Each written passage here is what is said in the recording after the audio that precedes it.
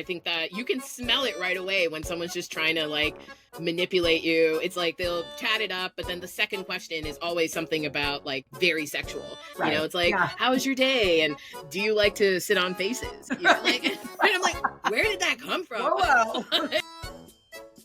And that's when you make your most authentic connections, I think, is when you're genuinely looking to connect with the human and not what they look like. But it's such a genuine connection because we see them as people. We are April and Scott, creators of NaughtyGym.com, and this is The Naughty Gym Show. For years, we've been fitness and nutrition coaches to thousands of people through our commercial gyms and online platform. We've also spent nearly a decade in an ever-evolving open relationship. This show brings together two of our biggest passions, fitness and sex positivity. Our mission is to maximize the physical and mental health of anyone brave enough to explore relationship structures that run counter to societal norms. We have demolished our old ways of thinking about relationships, and from that rubble, built a life full of happiness, adventure, and vitality. And now we want to help you do the same. So hop on the treadmill, start the show, and let us teach you how to never stop playing. All right, welcome to the next edition of the Naughty Gym Show. I'm Scott. This is April. And we have a special guest today whose name is Luna Matatas. Luna is a sex and pleasure educator who travels the world. I'm reading this, by the way, so I don't forget anything. Yeah. She's a sex and pleasure educator who travels the world speaking and coaching. She's appeared in numerous print and interview mediums, presented educational workshops to countless people, both live and online, is a pleasure coach for individuals and couples, has her own podcast all about anal play called The Plug Podcast, recently created her very own sex toy that I want to try. I do too. And has a creative line of clothing and merchandise, one of which was in a mild controversy stolen by a Hollywood model when she wore it to the Met Gala and acted as if it was her own design. So, Luna, we are honored that you're going to be coming with us as part of our all-star team of educators and presenters at our event in Jamaica in January of 2024. It's called Be Better at Being Bad Week. And we want to welcome you to the Naughty Gym Show. Oh my gosh, thank you so much. I'm so excited about the Jamaica trip. I'm excited for all the things that you're doing. I'm just so pumped to meet like-minded people. You know, we're all about sexual liberation. We're about body positivity. We're like so aligned. It's so great. Yes. And your energy is amazing. We're so excited because we feel like all of the people that we're bringing with us have just the same energy, just super positive and loving and kind. And yeah, we love it. Now you've never been to Hedonism, correct? No, this will be my first trip. No, none of the big clothing optional lifestyle sort of resorts. You've never been to any of them? Oh wow! No, it's a big dream for me. So you're helping make this taking my cherry of like a nudity resort come true. Yeah, it's so interesting because a lot of the team that's coming, you guys have traveled. Many of you have traveled the world, been all over the place presenting and speaking and stuff, and very few. I'm not sure if any have ever been to Hedonism before. So it's going to be fun watching you guys experience that also for the first time. Yeah. Oh, yeah. So just take a few minutes to tell us a little bit about yourself, maybe how you were raised a little bit, how you got into this field. I love this question. I think so many people think that being a sex educator means you grew up in a sex positive household. I grew up in a Catholic school system, so I didn't see a condom. I only learned how to get pregnant. I didn't learn anything about pleasure. And so it really was a curious journey for me too. I was kind of curious, but I had a lot of shame around it. And I actually started working in HIV prevention and management and education, so doing workshops around that from a public health perspective. And I was teaching in Eastern and Southern Africa. I taught all over Canada and the US. And anywhere, like it didn't matter if I was a village in, outside of Nairobi in Kenya or like a suburb of a US city, everyone was interested in pleasure. So I could talk until I was blue in the face about condoms, but people would say, yeah, but how do I get her to eat my ass? How do I get her to have a threesome? How do I get him to go down on me? We want to know how to do the thing. And I think like porn, kind of most mainstream porn teaches us that everything's sort of intuitive. Everyone knows what to do. It all looks the same, but that's just not reality. All of us can develop sex as a skill. Right. Wait, so did you go to school to learn about that stuff? Yeah, so I actually did a public health kind of communications degree. So it was very much about how to communicate sexual health information to different audiences. Okay. So the facilitation part was great, but I'd say my biggest learning was being in front of people and having to hold like their vulnerability and see them kind of open up like a flower, be very shy, but then like, ask a question. It's always about butt stuff. And, just kind of building that trust. And it's great for people to have that kind of relationship outside of educators, like having it with your partner or being curious with even your friends, like talking about what do I like about blowjobs? What don't I like? And removing that obligation that you kind of have to just do the things that everyone else is doing that you know about. So real quickly, because she's about to go into some questions about some of that stuff that you teach, but are you currently, this is for all our millions and millions of fans, are you currently in a relationship? And what type of relationship dynamic do you have? Just asking personal stuff here. Yeah, let's get into the personal dirt. So I go between non-monogamy and monogamy. It really depends what's happening in my life or who the partner that I'm with. And my current partner, we have a non-monogamous relationship. We're both bisexual. And so we also want to be able to have erotic freedom around our sexuality.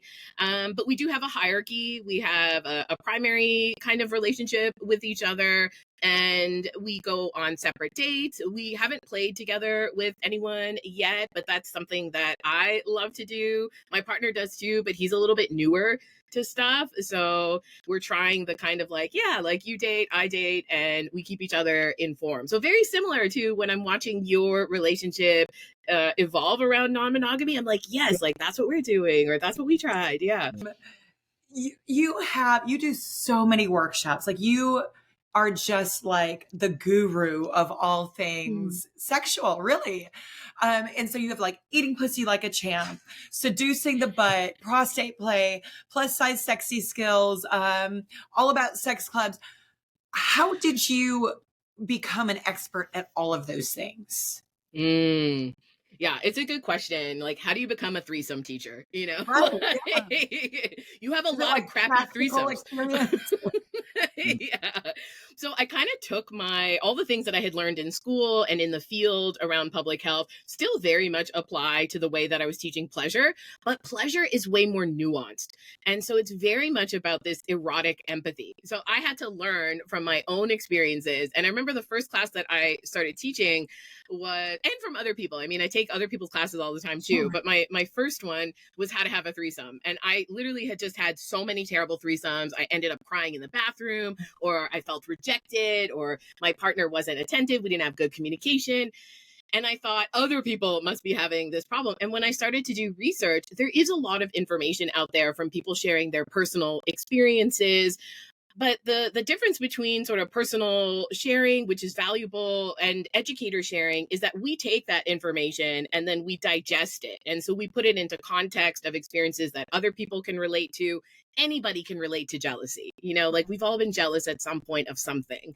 And I started developing workshops. So my facilitation skills definitely came in handy in applying to each topic. But my approach is always about building confidence, communication, and creativity. And so that applies to all 35 classes, just in different ways. And I don't teach anything I don't do.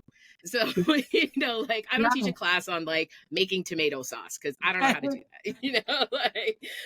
What's amazing is, and you said something I think that's important, is you had so many threesomes that went bad, and your thought was, this can't only be happening to me. Where a lot of people go, why is this happening to me? I must be the only one. I must not be good at this. Yes. I started working on body love and self-compassion way before I started teaching classes. So I had that compassion of, I can't be the only one that's like messed up about this. Like, obviously there's some of my own stuff that comes into it. We all have unique insecurities, but the experience of wanting to belong, wanting to be liked, wanting to be desired, wanting to be good at the sex that's something that we all pretty much share in varying degrees. Well, so you've got this sort of broad background of education in a lot of different sexual areas. The thing that is going to be probably your focus when you're at our event in hedonism is the sort of kink, fetish, BDSM world. And there's a lot of overlap. That's its own community. There's BDSM only events and kink fetish type events that specialize in those things. But we sort of live in that consensual non-monogamy space where we're at resorts or parties or takeovers where almost everybody there is also non-monogamous. At these events, there's almost always some sort of dungeon room or a area or a party theme or something that is in this BDSM world. So let's define what those things mean. Is there a difference between kink, fetish, BDSM? What do those terms mean, and or how do people interpret those words when they hear them before going to a party? Yeah, I'd love to hear what you think about kink too, but I think a lot of people assume when I say kink that it's about like leather and whips and like dark arts, like cruelty. Right. But actually, so kink is sort of the umbrella. So kink basically is defined according to whatever our society and individual beliefs think is normal sex, and then what's like adjacent to that. So anything outside of whatever we consider normal sex is considered kink. So some people consider butt stuff kink. Other people are like, the butt stuff is how we have sex all the time. So you get to define what kink is, but generally it's about kind of this erotic imagination that we have as adults, but then the desire for this like childlike play. We get to use our imagination the same way as when we were role playing when we were kids, like cops and robbers or like whatever, princesses and rescue. And then we get an adult sexual reward. And BDSM and fetishes kind of fall under the umbrella of kink. So you can be into kink and not be into BDSM. You can be into fetishes and not care about dominance and submission. So fetishes are usually described as something that's non-sexual or like not overtly sexual. So a foot or shoes, and someone has an arousal because of this object. And it comes from almost a religious setting. So where we thought objects were imbued with like special powers and like inspiration. And then BDSM is bondage, discipline, dominance, submission, sadism, and masochism. So that's its whole sort of set of tools. And I think some people get intimidated. They're like, well, I don't want to be humiliated. Do I have to do BDSM? You don't. There's like, the reason I love teaching kink is because it's infinitely creative. You can do anything with whatever you want and call it kink. Well, yeah, that's one of the reasons we wanted you to come to our event, is because you bring a more playful, colorful, your website is pinks and bright colors instead of that, and smiley, instead of that dungeon. Smiley, I want to suck your soul out of your body, look. That which isn't wrong. Well, no, that's fine too, but it doesn't. But it can be intimidating. Yes. Right, it can be scary, yes. And you bring a much more user friendly for new people vibe to the whole thing. We would like to invite you to a first of its kind event unlike anything ever done at Hedonism Resort in Negril, Jamaica. It's called Be Better at Being Bad Week. This is the fittest party in the lifestyle. Now, this doesn't mean you have to be a hard body to attend. This party's for anyone and everyone who wants to improve their relationship and communication dynamics, increase their sexual health, learn better wellness practices, and explore and expand their mind, body, and sexuality. Experts from around the world will descend on Hito to help you be better at being bad. Daily keynote talks, interactive technique sessions at the nude and prude pools, exciting competitions and workouts, integration workshops on cannabis and psychedelics, intimate couples yoga, speed dating, and workshops in the Kama Sutra Palace. All the nightly themed parties and entertainment that you've come to expect from Hito, and the grand finale, the Red Ball. This event is perfect for people exploring the idea of opening their relationship.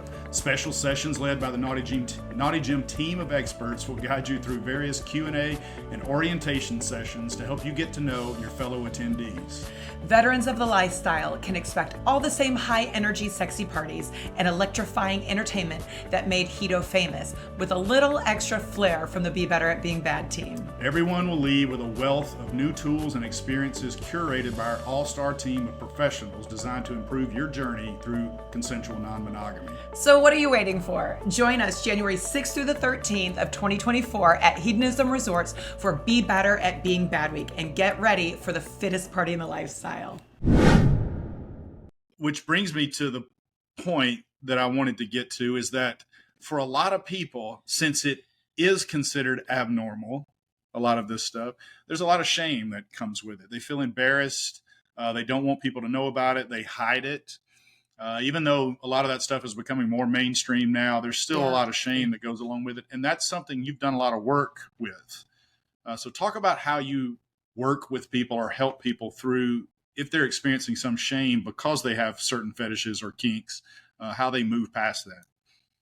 Yeah, it's a big thing. I think people are really full of a lot of self-judgment, and some of that comes internally and some of that we've internalized from society telling us kind of like what's good, what's not good. And I work with people to sort of detach. This is the thing that you do is the thing that you do. It doesn't say anything about your ethics or morals, as long as you're creating a safe container to do these things in. So kink always has to have a beginning and an end. It has to be clear.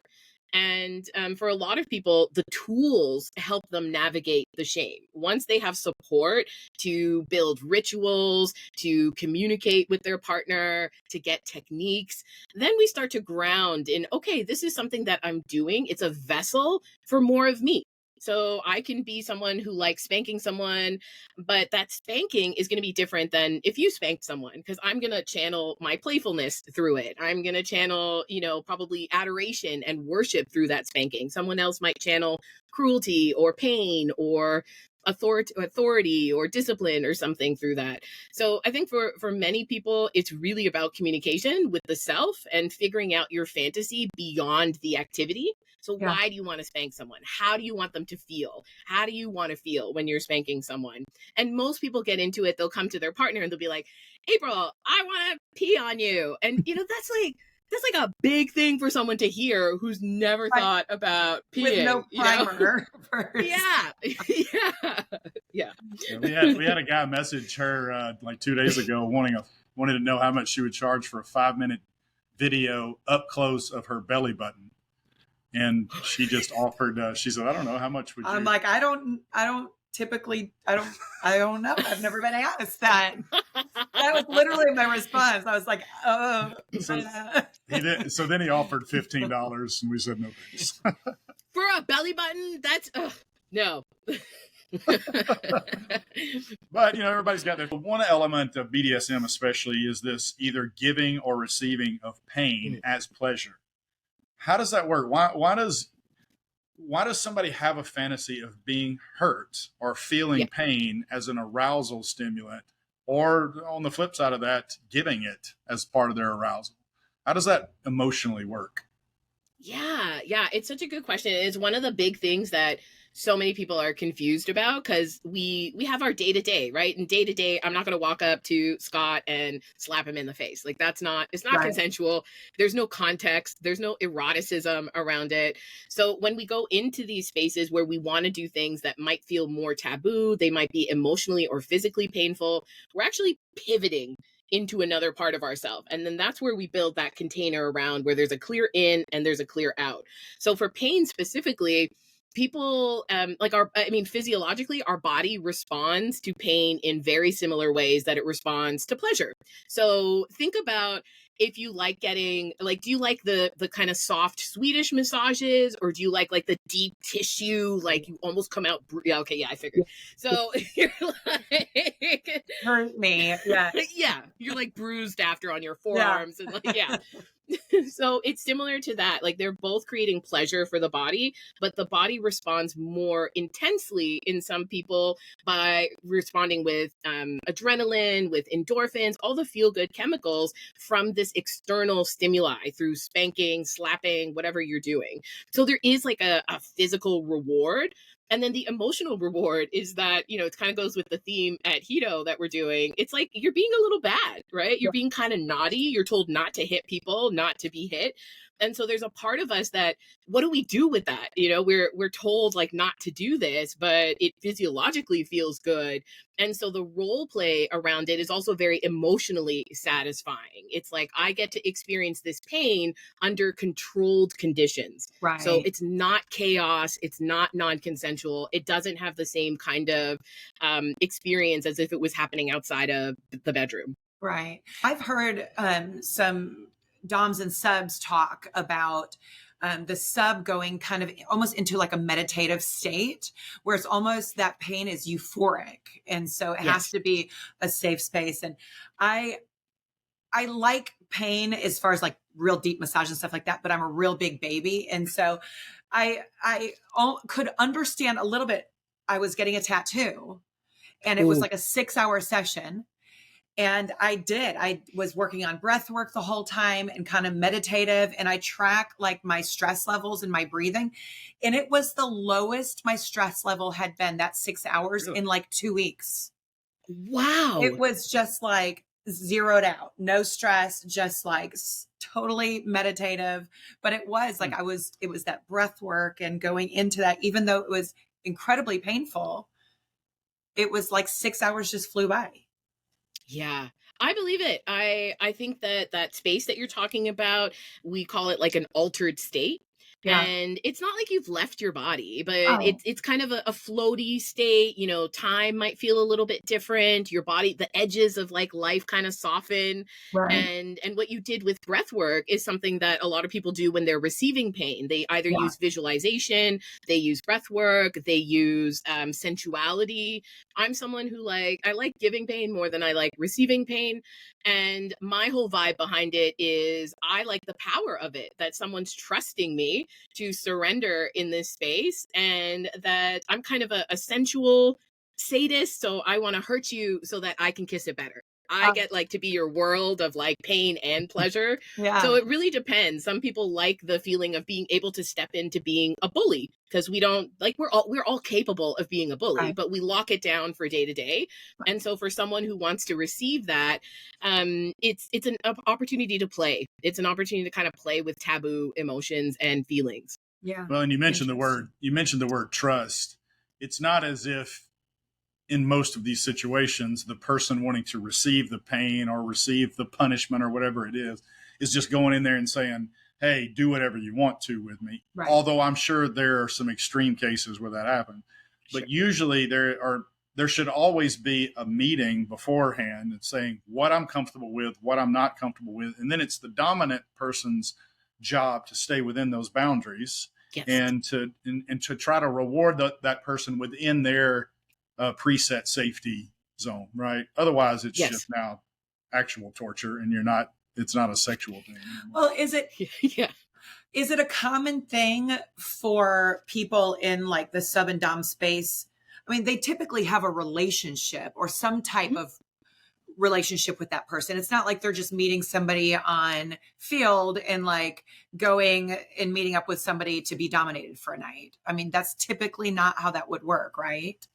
Yeah, I think most people who are feeling like they care about their own safety, that they've thought about this fantasy, you know, even if they don't have a ton of experience, they're looking for people that are like-minded and that they can co-create the conditions for pleasure. So if my condition for pleasure means that I need to be cuddled after you spank me, are you willing to give me that? And that's something I would bring up in the negotiation.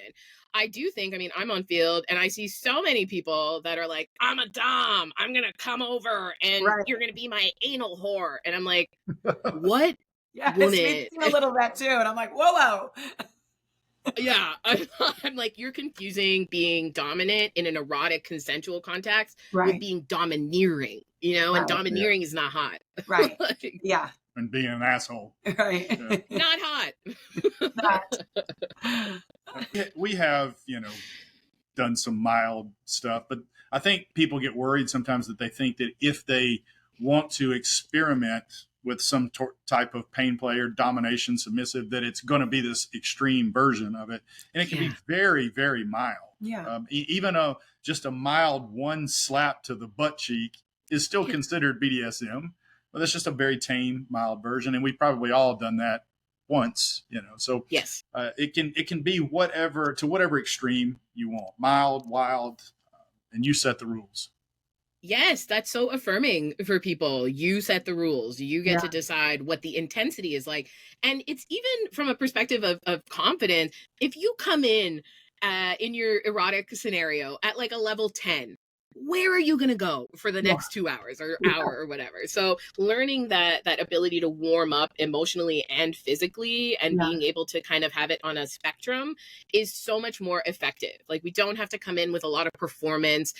If people are interested in power exchange, I usually suggest it to them or that they practice in a way that they're already familiar with. So if you already like oral sex, then maybe you hand over the power of your orgasm or when you get to orgasm to your partner. Maybe you try oral being blindfolded. Maybe you try oral with not allowed to like move your hands. So something where you're giving up enough control, but you're retaining enough that you sort of still know what's going on.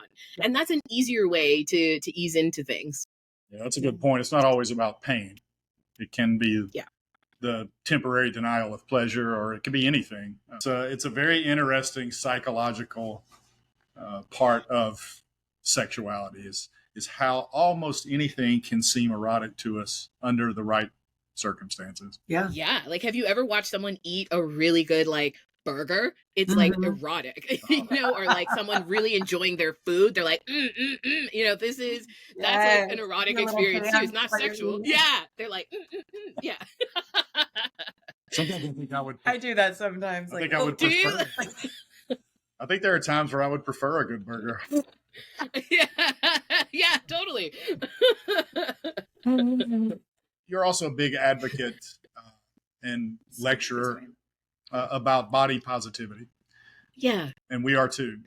And we're always worried because we own a gym and we coach people online that we're going to be perceived as the assholes that think unless you have six-pack abs or something like that you're not worth the time to talk to. But nothing could be further from the truth. Right. Well, and for Hito, Be Better at Being Bad Week, we're calling it the fittest part of the lifestyle.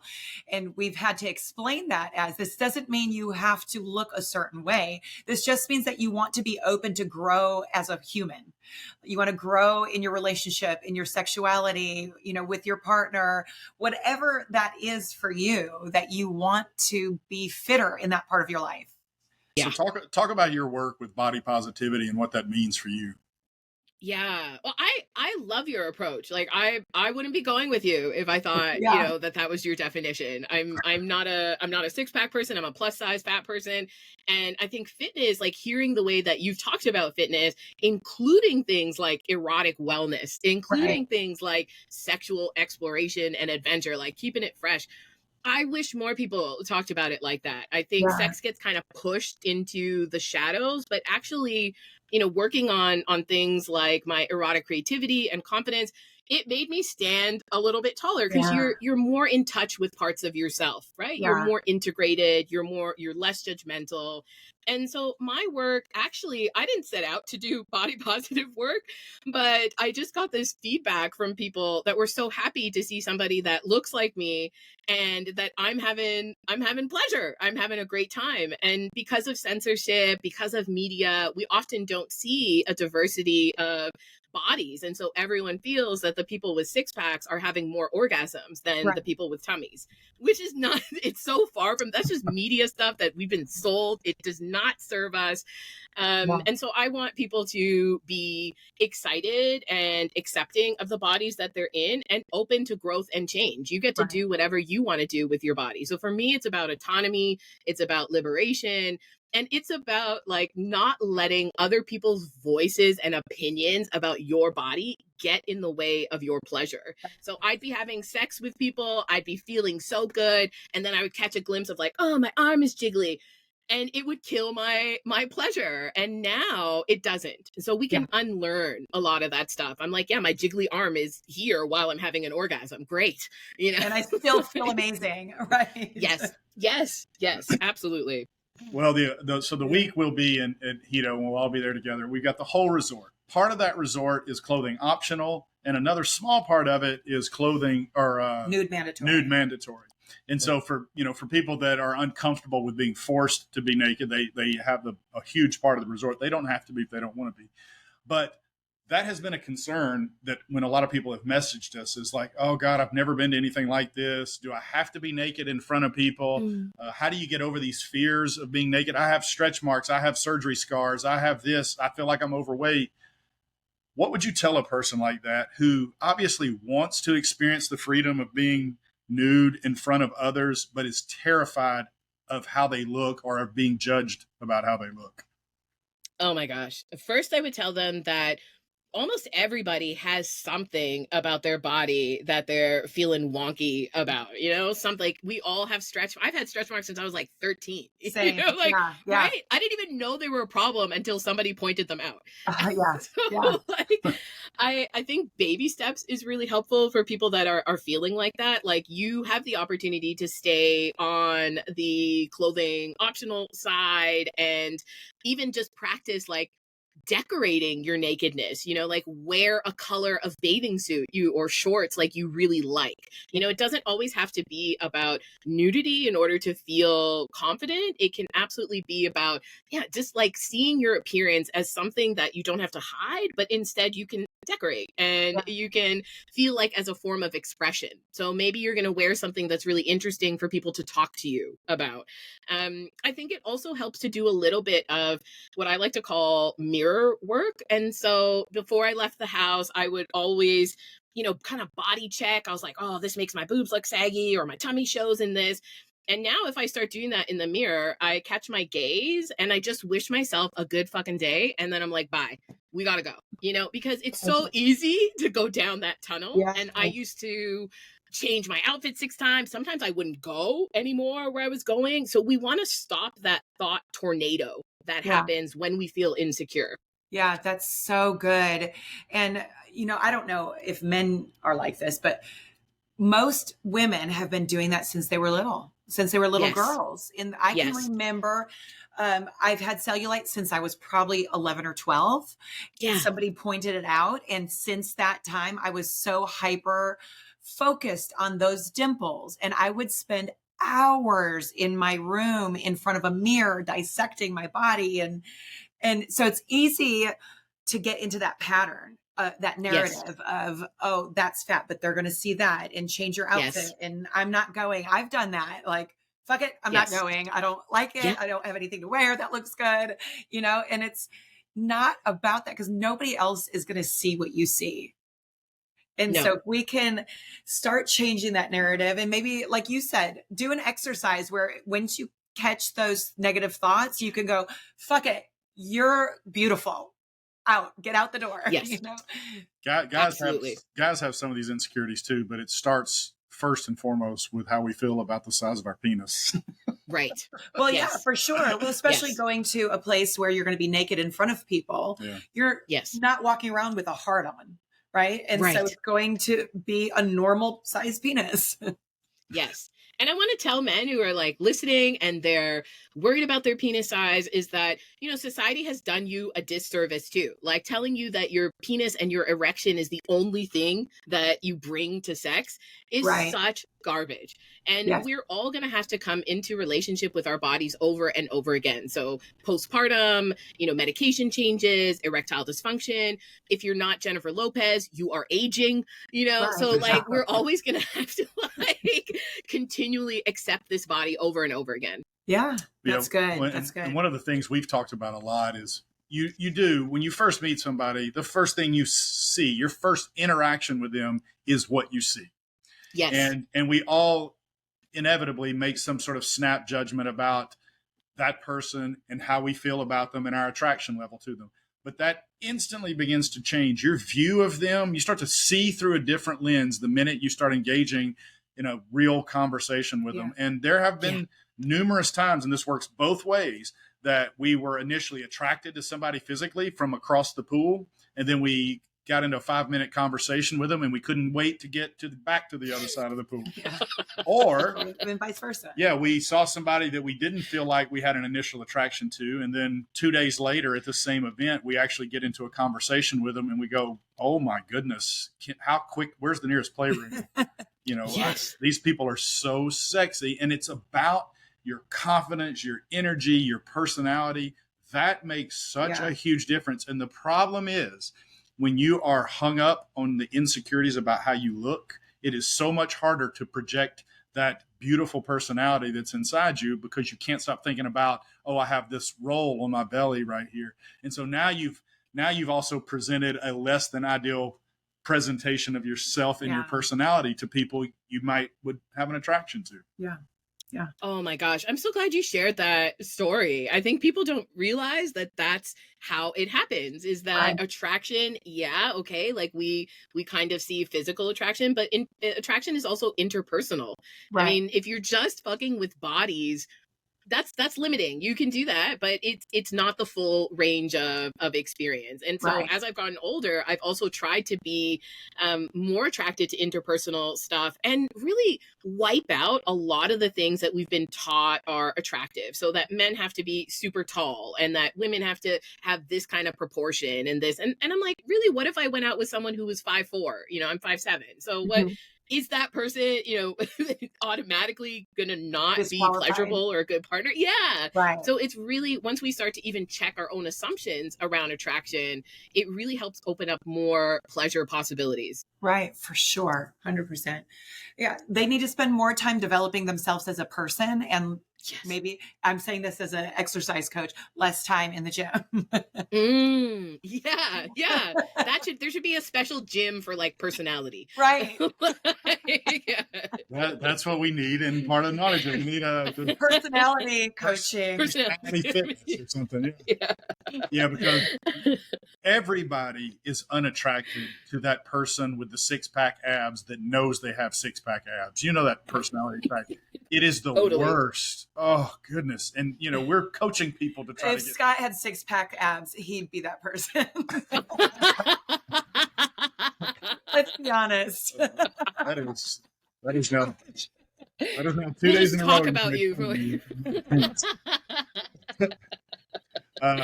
Well, yeah, and that's something we've had people tell us before, that they said, well, we kind of wanted to come talk to you guys earlier, 2 days ago, a day ago or something, but we didn't know if y'all would talk to us because you're fitness professionals and we're not really in the gym much. And we're like, oh, please don't ever make that assumption about us, because that's the last thing we want people to think.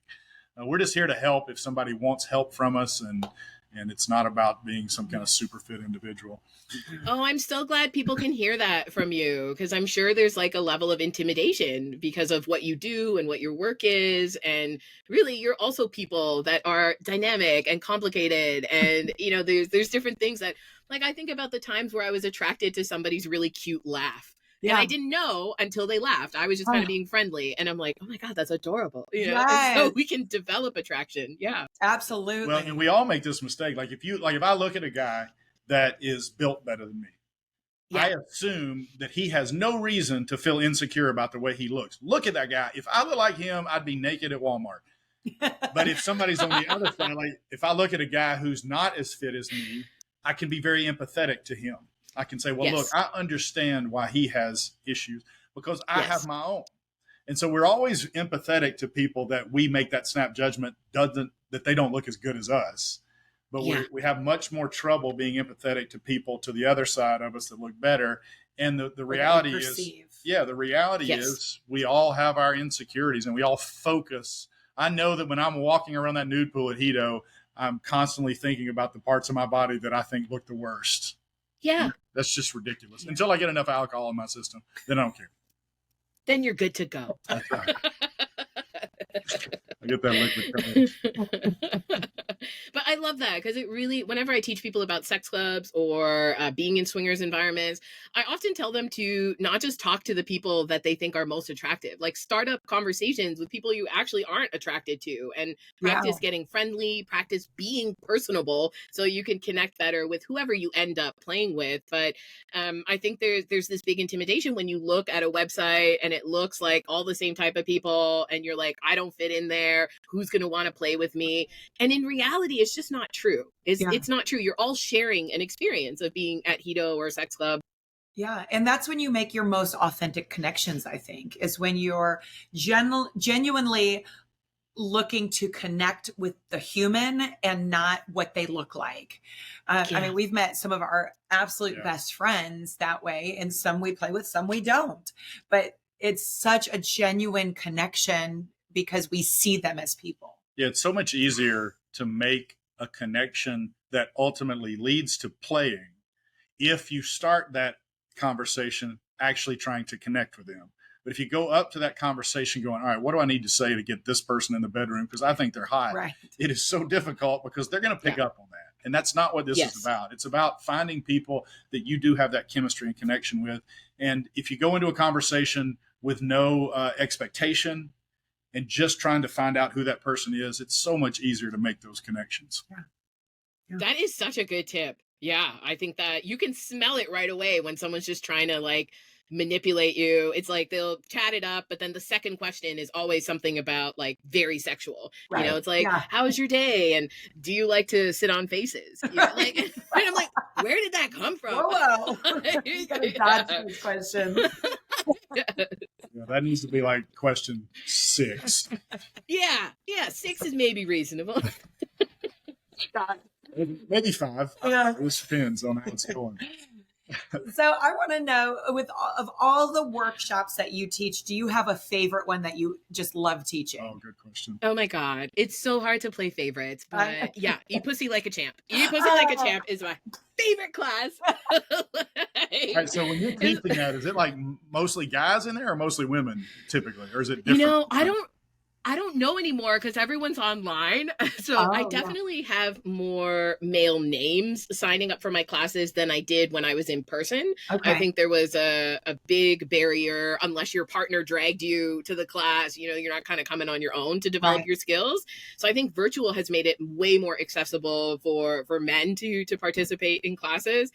But I love teaching it because I think I've had so many people that are either really bad at it, or they've kind of watched too much porn. So they do this thing that I call like pornolingus, and they're just like, and I'm like, stop. What are you doing? You're just annoying me now. Is that not how you do it?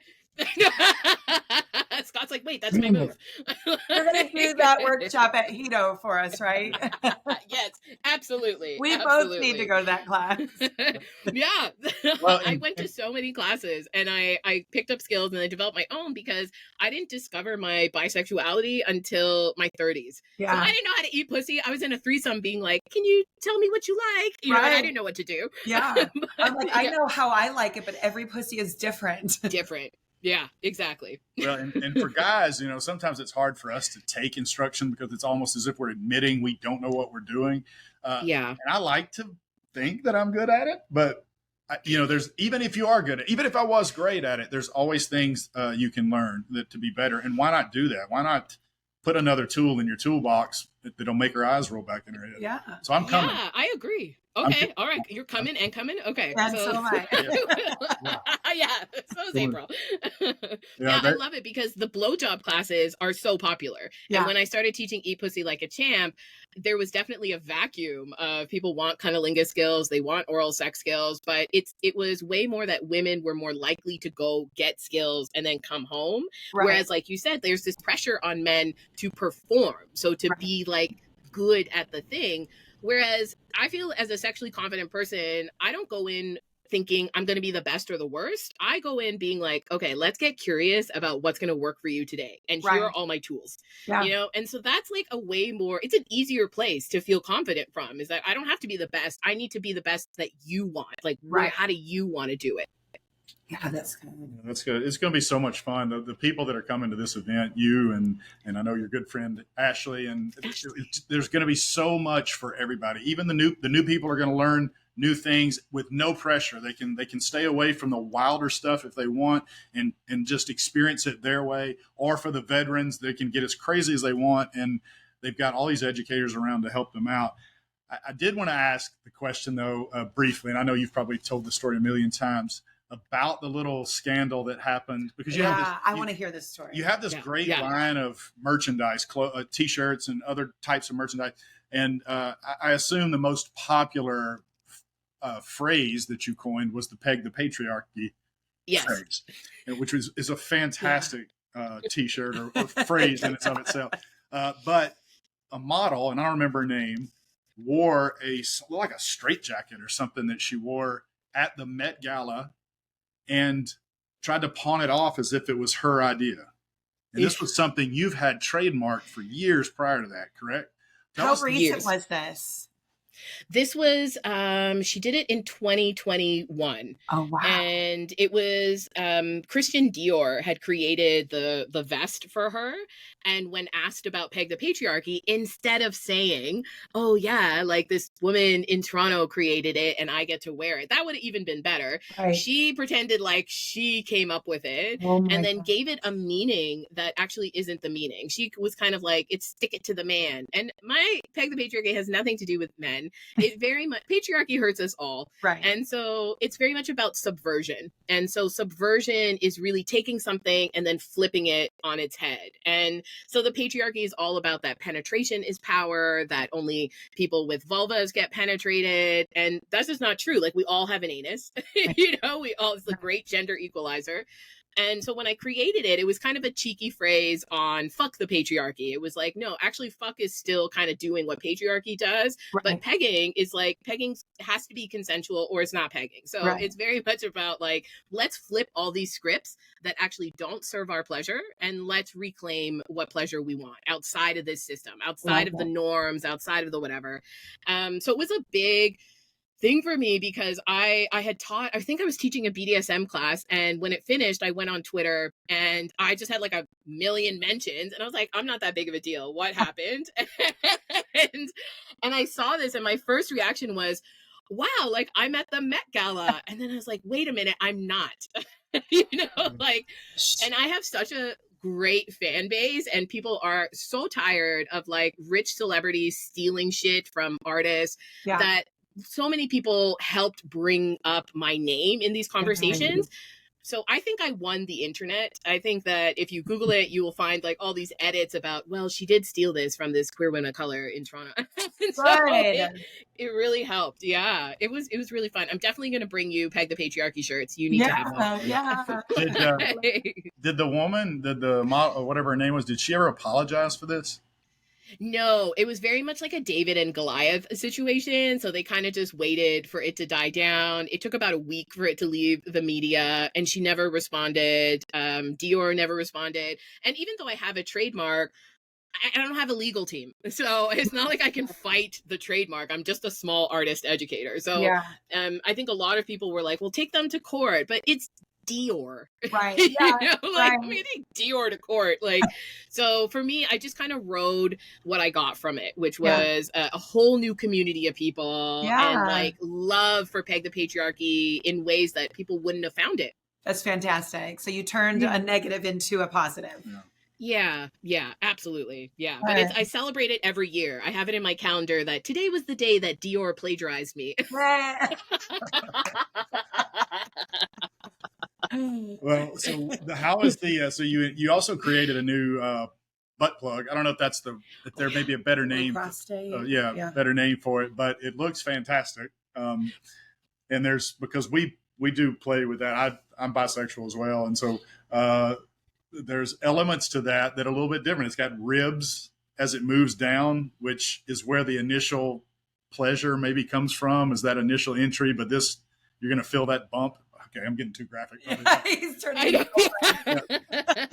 So how did that idea come up? Was that very difficult for you to create and get it manufactured and all that kind of stuff? Yeah, I'm so glad you're excited about that because I'm definitely going to bring you a Bubbles dildo too. So you're going to get a little like pegging Bubbles package. And, so I wanted to create a pegging dildo or a prostate dildo, like something specifically for anal pleasure, because you're right, like those first few inches are where all the juicy nerve endings are, and it's also the area of the rectum that people experience the most pain. And so the bubbles on the dildo are kind of intended to massage that area without having to do a lot of like thrust out, thrust in. Right. So I designed it for the givers as well. So if I'm using a dildo on someone or I'm pegging someone, I can do more like grindy things, and those bubbles are going to massage the rectum and start to relax the whole area. So you can use it for pegging. You can also use it for, I've used it myself for anal training. So if you haven't had anal sex in a while, you can use the top part of the dildo to kind of open yourself back up, and then you can pop onto the two bubbles if you want more sensation. Yeah, April needs a lot of anal training. My 2024 goal is to be a butt slut. Oh my gosh, I love it. I'm working on it. Okay, well, me and Ashley are gonna support this for you. I know. Well, I got the lube that Ashley Manta told me to get, so I'm working on it. Okay, I love this for you. I support your butt slut journey. Thank you. Yeah, yours too, Scott. Yours too. He's way further than I am in his journey. Yeah, I'm further advanced, I think. You're like an anal adventurer. Yeah, you're way out there. I got so frustrated at one point. I'm like, why can't I do this? I know. I'm like, okay, I've got homework now. We tried 45 minutes and we just never could. Ugh. Yeah, we're working on it. All right. You'll get there. Well, so last kind of big question here for all of us that are, business owners in this sexuality space. I think a lot of times we have big dreams and we may never feel like we're all the way there, to where we want to go. But where does Luna want to be? I mean, if you could snap your fingers and have everything you've ever wanted and be doing exactly what you wanted to the level that you wanted to do it, what would that look like? Where are you going 5 years from now? Oh my gosh, I love this question because I'm not a long-term planner. I'm like, I want to do it. I need to do it now. I definitely want to write a book. I want to put a book out there, and especially around the stuff that we talked about today, like this body liberation, the erotic liberation, all that stuff. And how did someone like me, who is working through stuff, able to experience pleasure? Like, I own my pleasure. It's empowering for me.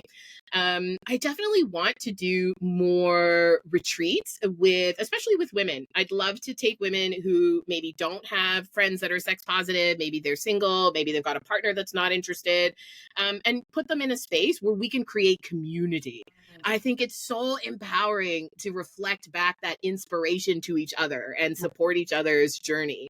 And then my last thing is, I really hope someone creates a sex positive platform, because I think we'd all be millionaires if we could actually advertise what we do and spell it right and not get censored. No kidding. So someone out there, create a sex friendly Instagram or something. I think that would really help us. I think people want the information that we both have, and we're just so suppressed and so censored. So I hope in 5 years, someone will have filled that void and really allow adult sex education, to be a part of people's like regular consumption of social media. Yeah, it's so frustrating. Our Twitter account gets put on. Yeah, but I feel like the sex positive space has grown so much just since we've started doing what we've done in this short time. I feel like 5 years from now, it's going to grow just leaps and bounds. I hope so. Yeah. I'm hopeful. I think like there's so many change makers, and especially people like us that also have like a business mindset. We're trying to grow things. Yeah. Maybe we'll start the next like sex positive Instagram. Maybe we will. Let's do it. Sell your belly button for like venture capital money, and then how much belly button video? 100,000 minimum. 100,000 minimum. Yeah. Plus tip.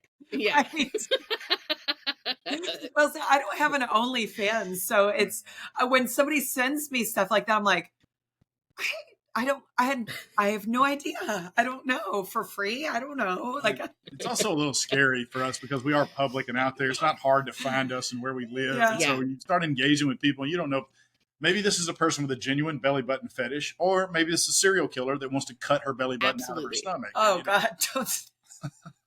Absolutely. Yeah. You have to be safe for sure. Yeah, it's so true. Well, you're going to be coming to our event in January. It'll be the first time, unless something crazy happens, that we've ever met you. We're excited about that. And the people coming to our event are going to benefit from being around you so much. So we're thankful that you're coming.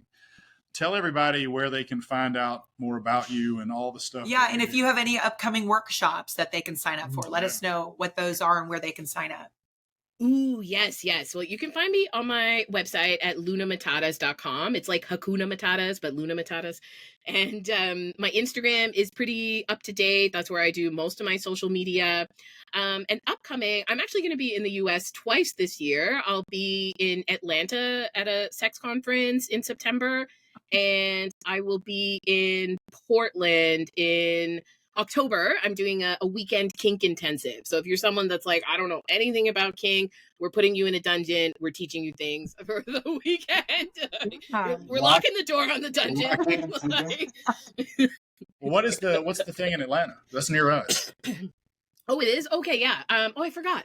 So I'm doing Sex Down South. So I'm keynoting. Yeah. And their theme this year is actually body love. Yeah. So let me know if you're coming. I'll send you my discount code too, because it's such a good conference. Like, you meet so many people. From academia to performers to artists. Like, yeah, it's really good. Yeah, that may be something we need to go to. Yeah, that'd be awesome. We've had that on our radar for a long time, but it's never worked out for us to get to go. So. Oh, I hope it does. Then we could meet sooner than January. Right. Yeah. Oh gosh. Well, thank you so much, Luna. Thank you for sharing your energy with us and all your info. You're just a pleasure to speak with. And I absolutely can't not wait to hug you. And if you want to meet Luna in person, our recommendation would be to book a trip to Hedonism in January. And you're not only going to get to meet her and interact, but you're going to get to learn how to eat pussy like a champ. So there you go. Who doesn't need to know that? Thank you so much for having me. I'm so excited about January. It's going to be amazing. Yeah. Well, thank you for coming on, and we look forward to talking soon.